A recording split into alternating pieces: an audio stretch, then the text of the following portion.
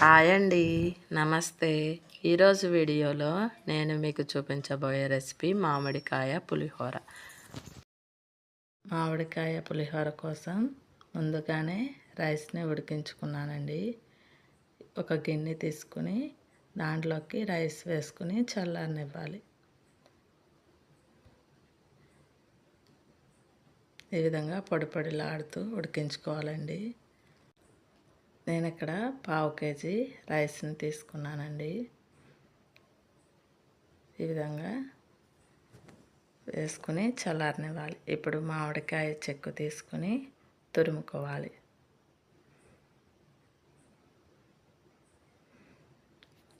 ఈ విధంగా మొత్తం తురిమేసుకోవాలి. ఇప్పుడు రైస్ చల్లారిందండి. మామిడికాయ తురుము వేసుకోవాలి.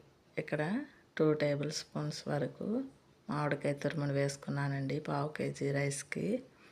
ఇప్పుడు టేస్ట్కి సరిపడా సాల్ట్ వేసుకొని మొత్తం కలిసే విధంగా కలుపుకోవాలి.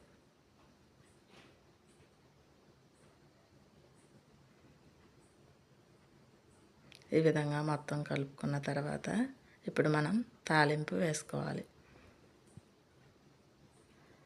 2 టేబుల్ స్పూన్స్ ఆయిల్ వేసుకున్నానండి. 1 టేబుల్ స్పూన్ ఆవాలు, పచ్చిశనగపప్పు 1 టేబుల్ స్పూన్, వేరుశనగ గుళ్ళు 2 టేబుల్ స్పూన్స్, 4 పచ్చిమిర్చి వేసుకొని కలుపుకోవాలి. ఇవి కొద్దిగా ఫ్రై అయిన తర్వాత ఎండుమిర్చిని కూడా ఒక 2 చిన్న చిన్న ముక్కలుగా చేసుకొని వేసుకోవాలి.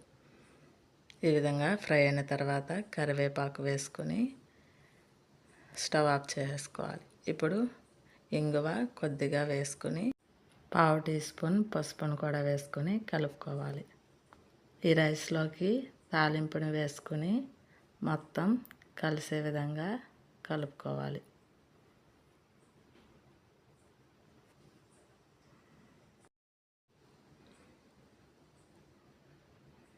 మీరు కూడా ఈ రెసిపీని ట్రై చేసి మీకు ఎలా వచ్చిందో కామెంట్ చేయండి.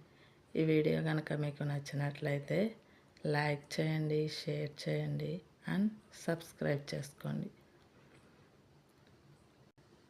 ఈ విధంగా మొత్తం కలిసే విధంగా కలుపుకోవాలి. అంతేనండి, మామిడికాయ పులిహోర రెడీ అయిపోయింది.